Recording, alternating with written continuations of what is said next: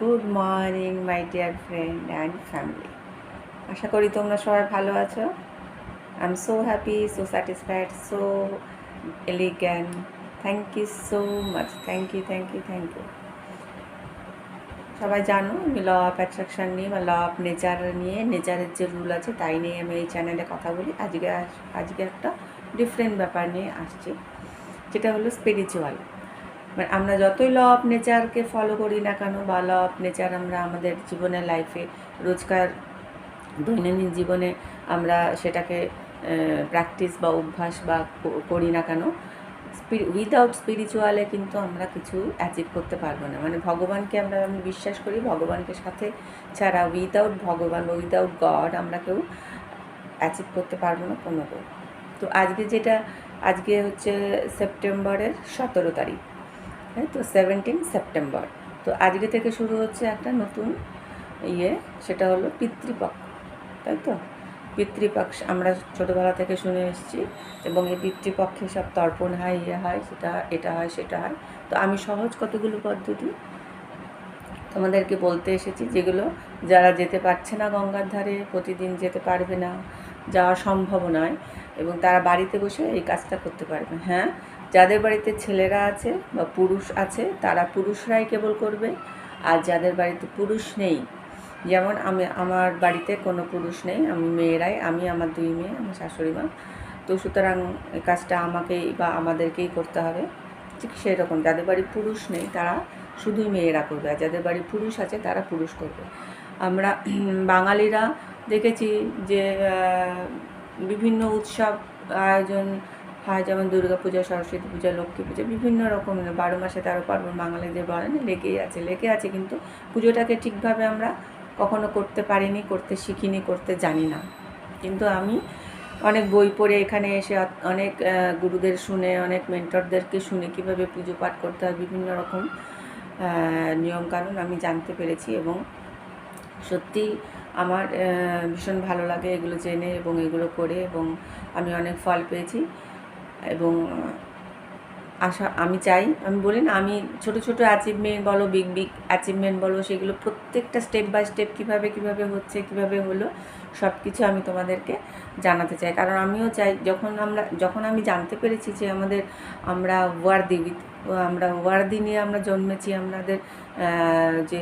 আমরা যে গরিব, আমরা যে পভার্টি, এটা নিয়ে আমরা জন্মাইনি। তো সেটাকে ধীরে ধীরে আমাদের প্রোগ্রামিংটা হয়েছে ব্রেনের, আমাদের বডি, সেইভাবে আমরা হয়ে গেছি। কিন্তু এটা যখন জানতে পেরেছি যে এটা ভুল, একদমই মানে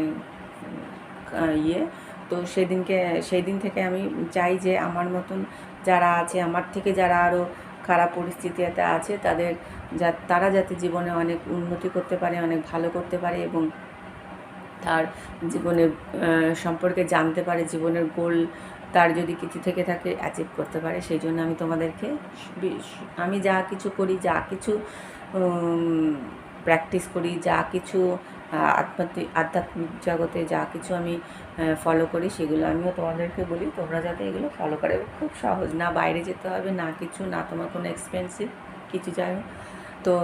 যাই হোক আজ পিতৃপক্ষ নিয়ে কিছু কথা বলতে এসেছি।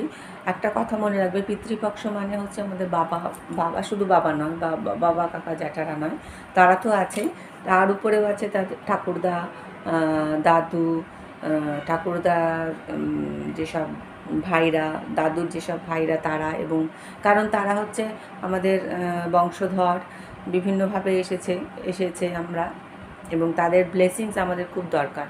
এবং ঠাকুরদা, তারপরে আছে পরদাদা, বলে না, পরদাদা, পরনানা, তো ঠিক এইভাবে জেনারেশনটা চলে যায়। এবং কোনো না কোনো জায়গায় গিয়ে যখন পিতৃপক্ষরা যখন খুব মানে রেগে যায়, যে তাদের জীবিত থাকতেও তাদের সেরকম যত্ন করা হয়নি, তাদের সেবা করা হয়নি, এবং মৃত্যুর পরেও তার সেবা করা হয় না, তখন তা দেখে তারা হচ্ছে ক্ষুণ্ণ হয়, মনে মনে ক্ষুণ্ণ হয়, এবং আমাদের উপর যে ব্লেসিংস, যে আশীর্বাদ দেবে, সেটা তারা দিতে পারে না। তো এটা এবং তাদের আশীর্বাদ ছাড়া আমাদের কিছু আমরা সামনে এগোতেও পারবো না। অনেক কাজে তোমার বাধা আসবে এবং পিতৃদোষ যে তোমার আছে সেটা বুঝবে কী করে, তারও বিভিন্ন আছে। তা যেমন একটা আছে বাড়িতে যদি কোথাও বাড়িতে ছাদে বা বাড়ির দেওয়ালে আছে না, অনেক সময় বট গাছ হয়, ছোটো ছোটো বট গাছ হঠাৎ করে জন্ম নিল, তো তখন বুঝতে হবে যে পিতৃদোষ আছে। এবং দেখবে বাড়িতে কোথাও জলের প্রবলেম হচ্ছে, তখন ভাবতে হবে যে পিতৃদোষ আছে। আবার কখনো দেখবে যে বাড়ির দেওয়ালে ফেটে গেছে, সিমেন্ট উঠে আসছে, তখন ভাববে যে পিতৃদোষ তোমার আছে বা রয়েছে এখনও। তো এই পিতৃদোষের কারণে বিভিন্ন মানে বংশের শুধু ছেলেদের নয়, মেয়েদেরও যেসব আছে বিভিন্ন রকম প্রবলেম, বিভিন্ন তারা জীবনে কোনো না কোনোভাবে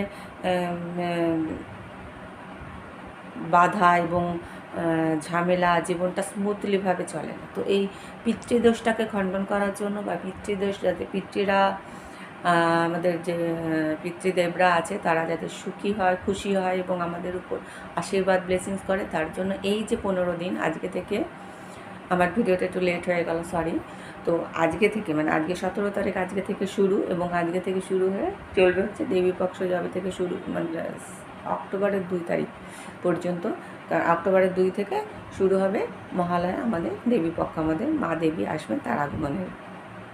তো এই যে পিতৃপক্ষে 15 দিন, এই 15 দিন কী করবে, প্রতিদিন তুলসী গাছে জল দিতে হবে এবং দুধের মধ্যে কালো তিল, যেটাকে বলি আমরা কালা তিল, সেই কালা তিল ঢেলে কোনো শিব মন্দিরে, যে কালো শিব, সাদা শিব না কিন্তু কালো শিবলিঙ্গ আছে, যে কালা শিবলিঙ্গ, তো ওই কালা শিবলিঙ্গের উপর তোমাকে ওই দুধ, তিল দেওয়া যে দুধ, সেটাকে ঢালতে হবে। আর আরেকটা আছে